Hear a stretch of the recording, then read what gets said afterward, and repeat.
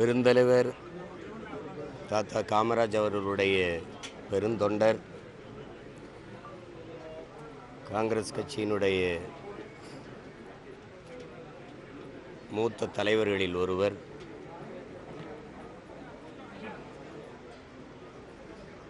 காந்தி மீதும் காமராஜ் அவர்கள் மீது இருந்த பெரும்பற்றின் காரணமாக அவர்கள் இருவரும் பெயரை இணைத்து ஒரு தனித்த அரசியல் இயக்கத்தை தொடங்கி நடத்தி வந்த தலைவர்.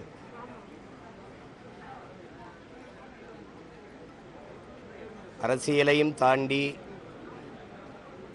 ஆகப்பெரும் தமிழ் ஆளுமை, இலக்கிய செல்வர் என்றுதான் எல்லோராலும் இன்று வரை அன்போடு அழைக்கப்படுகிறார். குமரியானந்தன் அவர்களுடைய சொற்பொழிவு என்றாலே அதில் சொக்கி திளைக்காத மக்கள் யாரும் இருக்க முடியாது. அவ்வளவு பெரிய ஆற்றல் மிக்க ஒரு வெள்ளம் போல, மடை திறந்த வெள்ளம் போல தமிழை அள்ளி பெருக்கக்கூடிய பேராற்றல் கொண்ட பெருமகன். தொடர்ச்சியாக அவர் அரசியல் மேடைகளை தவிர்த்து வசந்த தொலைக்காட்சியில் இலக்கிய நிகழ்வுகளில் பேசிய காணொளிகள் இன்றும் இருக்கிறது.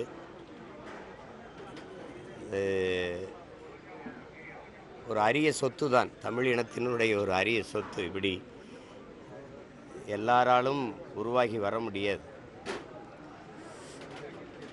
எந்த சமரசமும் செய்து கொள்ளாது கடைசி வரை தன் கொண்ட கொள்கையில் அப்படியே நின்றவர். தன்னுடைய மகள் மாற்று இயக்கத்திற்கு போய் மாநில தலைவராய், ஒரு மாநிலத்தினுடைய ஆளுநராய் வந்த பிறகும் கூட உயிர் பிரியும் அந்த கடைசி நொடியில் என்னை காங்கிரஸ் கொடி போர்த்தி அடக்கம் செய்ய வேண்டும் என்று சொன்னதாக அம்மா என்னிடத்திலே அதை பதிவு செய்தார்கள்.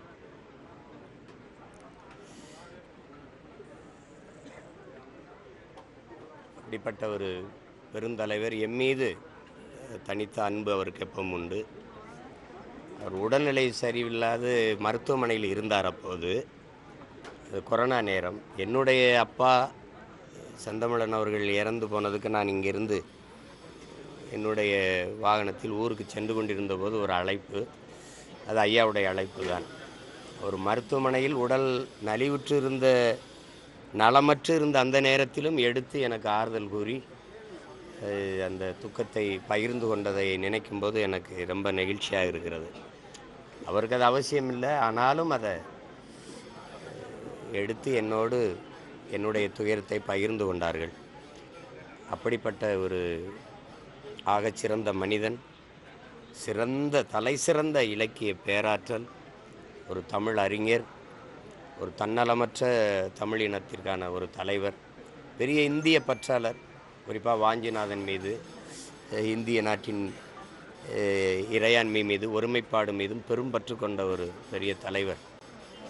அவருடைய மறைவு என்பது ஒரு பேர் இழப்பு தான், பேர் இழப்பு. தமிழ் இலக்கிய உலகிற்கு உண்மையும் நேர்மையுமான தலைமைகளை தேடுகிற தமிழ் சமூக மக்களுக்கு இந்த தலைமை இன்று இல்லாதது ஒரு பெரிய இழப்பு தான். அவரை இழந்து வாடுகிற ஐயாவின் குடும்பத்தினர், குறிப்பாக அம்மா தமிழிசை சவுந்தரராஜன் அவருடைய குடும்பத்தினர், ஐயா வசந்தகுமார் அவருடைய குடும்பத்தினர், குறிப்பாக என்னுடைய தம்பி விஜய் வசந்த் இவர்களுடைய குடும்பத்தினர், காங்கிரஸ் கட்சி மற்றும் பாரதிய ஜனதா கட்சியினுடைய தோழர்கள், உறவுகள் எல்லோருக்கும் என்னுடைய ஆறுதல். மதிப்புமிக்க பெருந்தலைவர் ஐயா குமரியானந்தன் அவர்களுக்கு என்னுடைய புகழ் வணக்கம்.